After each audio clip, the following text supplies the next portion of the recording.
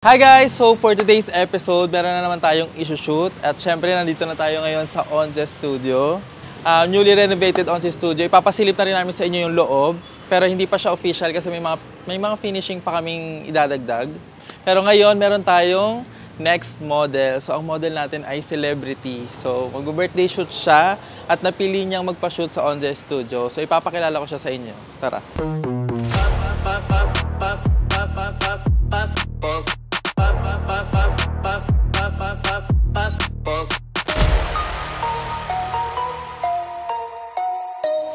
So ayan, ang model natin for today ay si Kriza. Hi guys! Hello po!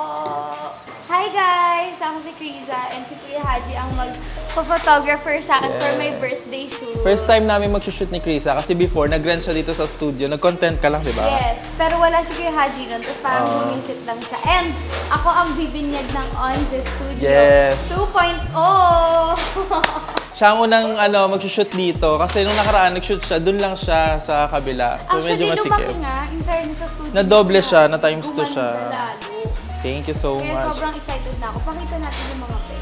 Yeah. So natuwa nga ako kasi nag-message ka kasi yung peg na sinend mo, nakasave siya sa akin. So buti naman kami naisip mong gumawa ng shoot mo for today. Oo nga, kasi actually, talagang naisip ko si Kuya Haji. Before pa, alala mo, dapat magko-collab tayo, di ba? Ay, oo, Tapos, yung ball ba yun? Oo, parang hindi siya natuloy. And then after nun, nakita ko na nag-behind the scenes siya, nag-vlog na siya ulit. Tapos nakita ko yung sa pic nyo ni Ate Jenny ba yun? Oo, yun. Tapos sabi ko, oh my God, perfect to. Ay, mag-birthday na ako. So, si Kuya Haji, ilan taon ka na? Available ka. Ilan taon ka na? 20. 20? Yes. Magti-20 na. Magti-20. So, today ang kanyang birthday shoot. Kailan nga birthday mo? 13 na. Ngayon So, 5 days na lang. Okay. Kaya naman. Kaya. So, let's go. Yun lang muna, guys. See you later. Bye! See you!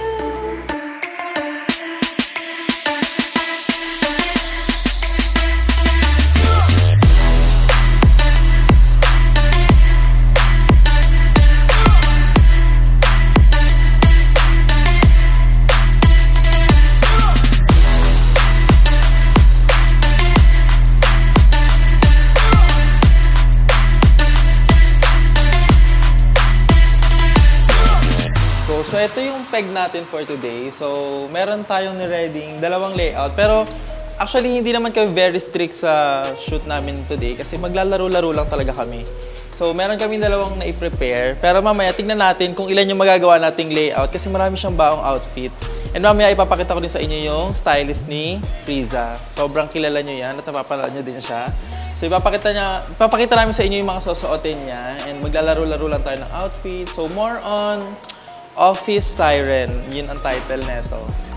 So, di ko alam kung office kasi si Kriza talaga nakaisip neto. Ayan yung namin, mood board namin. Ito yung mga inspiration, outfits, and setup. So, actually, nagsiset up na sila today. Ay, nagsiset up na sila ngayon. Andito ang MRG, kung makikita nyo. So, ito yung ating shooting area ngayon. So, naka-carpet siya at meron tayo ditong office table. So, andito din yung mga equipments, pero mamaya tatanggalin natin yan. At andito siya ngayon. Anong masasabi mo? Interview natin si Hero. Anong masasabi mo, Hero, sa pagkukumpuni mo ng cabinet ngayon dyan? Okay lang. Okay lang naman. Okay lang naman siya. So, tara, pakita ko sa inyo yung mga outfit. Andito din pala yung team ng IG Films. So, ayan sila. Kaway naman kayo sa vlog. So, ayan, nag-edit na sila kasi may mga kinontent din kami kanina. So, dito naman tayo ngayon sa dressing room ng Onze. Sorry po. Nagulat sila. Sorry po. So, andito yung mga outfit ni Kriza. Mamaya na natin to ipapakita isa-isa. So, yan. Silip lang muna. So, ito po yung mga choices namin. Ito yung isa. Ay, mama, ikaw nga magpakita. Ito daw yung may red na stocking. Ayan. Pero ito yung sa may bintana, plano nila. Yan, Tama yan. ba? Ito ba Perfect yun, ma? Yan. Kaso, black rin. If pwede naman, if pwede palitan na ganito. Kasi parang same-same ng Pwede black. tayo magpalit-palit kada sa isang layout. Pwede tayo maglaro-laro na.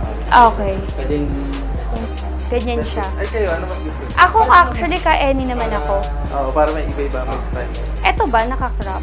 Ano lang rin. Okay. Sige po. Perfect yung naka-lace. Sige po. Okay? Okay na tayo. Sige po. Thank you. Thank you, Mama.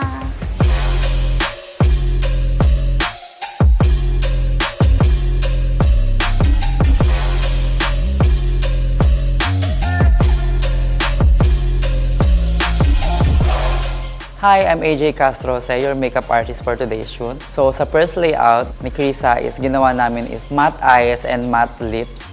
Cool tone yung eyes niya and then sa base niya is dewy lang na fresh na base para makita yung ganda ng bone structure niya and maganda ng skin. So this look is very combination ng modern and very 2000 na eye and lip. Ang peg ng first layout is parang ma-achieve yung parang girl boss na nag-office, ganun. Hi, I'm Justin Ocampo and I'm the hairstylist for today's shoot. Our first peg for today is like we're doing something new for Krisa. We're doing something slightly editorial. We're doing like sleek na hair but with the twist na meron siyang crop na bangs to tie up with the whole look, which is parang medyo like office vibe, ganyan. So, tapos with the glasses. So parang I feel like this is gonna work together with the whole look. Yun lang.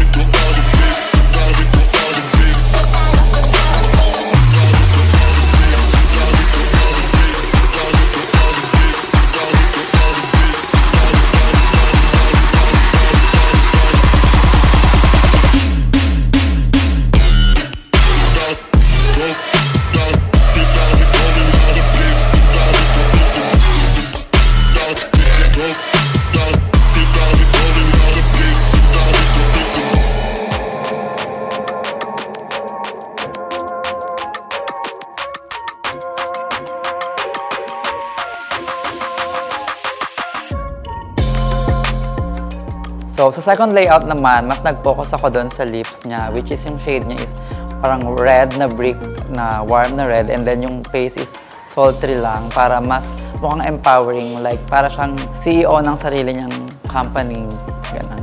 So for second layout naman, since we did the hair up na for the first one, we're trying naman to make something na nakababa para at least merong difference doon sa my first look niya, which is we're doing like medyo sleek na hair pero medyo wet look, ganyan, to give variation and medyo like sexiness para mag-tie up naman sa mga outfit niya.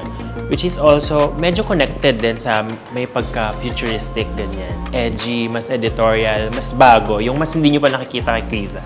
Nakita ko siya doon. Meron kasing team doon na Office Siren. Tapos ako, ano ba tong Office Siren na to? Siyempre, pag di mo alam yung, ano, di ba, team, so isi-search mo muna. Pag search ko, ay, ang ganda, pasabog, sabi ko. Tapos, na-follow ko kasi si Sydney, Kimberly Sydney ata yung name niya. Tapos lagi niya, ito yung ano niya, forte niya, dito yung mga ginagawa niya, aesthetic niya. Ano siya, model, photographer? Model siya sa ibang bansa. Ang passion ko talaga is acting. Yun doon talaga ako So, focus. before PBB, marami ka ng bin- tinry? Hindi pa, kuya. Bahay school lang ako noon.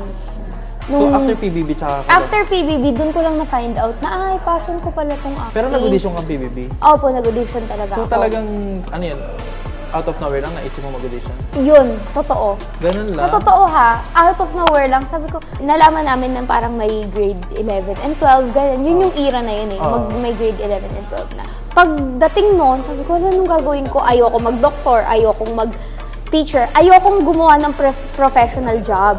Yung talagang everyday mong ginagawa na pinapasukan mo, ayoko. So sabi ko, anong gagawin ko?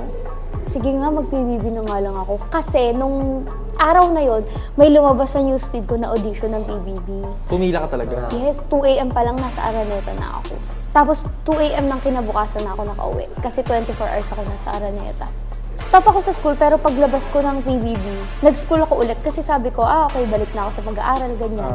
Pero after nun, 1 month after PBB ko, Nagkakareer agad. Ay, oo kasi. inoferan pumasok na ka ako agad sa ng kadenang ginto. Tapos after kadenang ginto, dun na nagtuloy-tuloy na siya. Hanggang sa nahanap ko na sabi ko, ay, ito pala yung gusto kong gawin. Kaya siguro, dito ako nilagay ni Lord.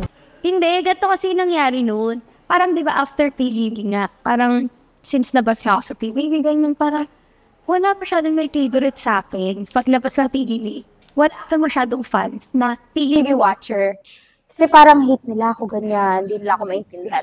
So, nakikita ko yung mga, kasama ko sa PBB, ang dami nilang mga bagong gamit. Kasi binibigay ng mga fans, paglabas nila ng PBB, ginigiftan sila. So, after nun, parang, syempre, every time may guesting kami, ang dami namin guesting.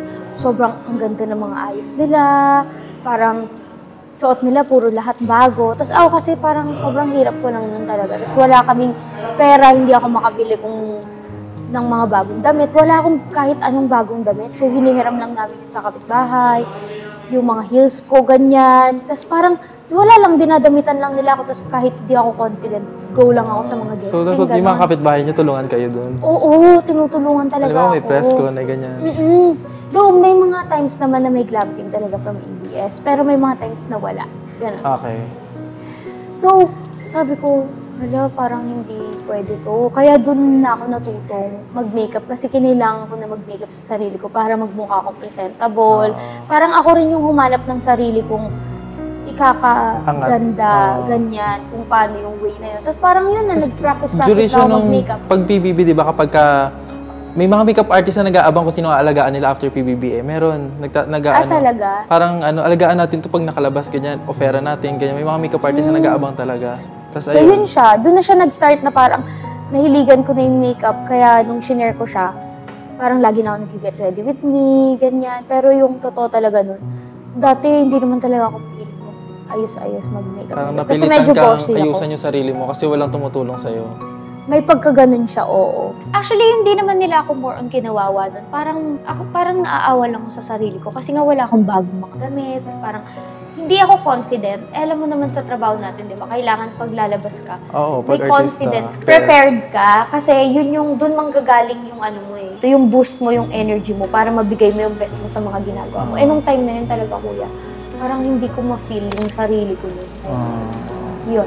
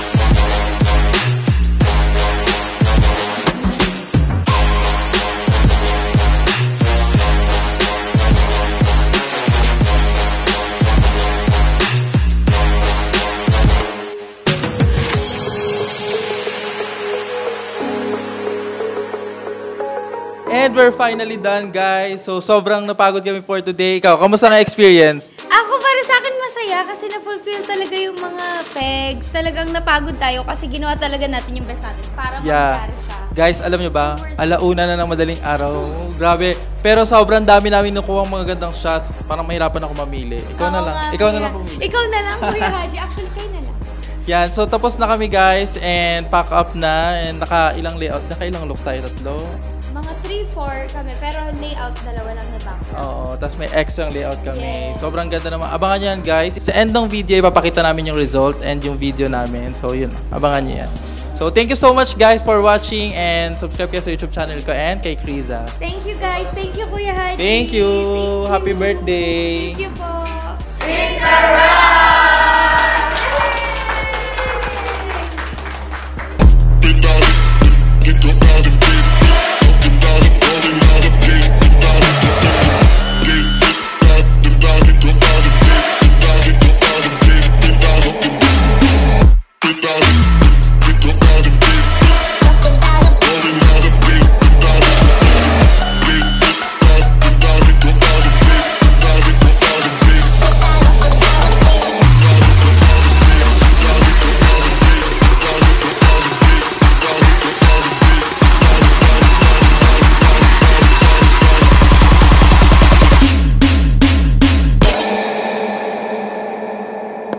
likes boys, but she knows I'd hit it. Hello?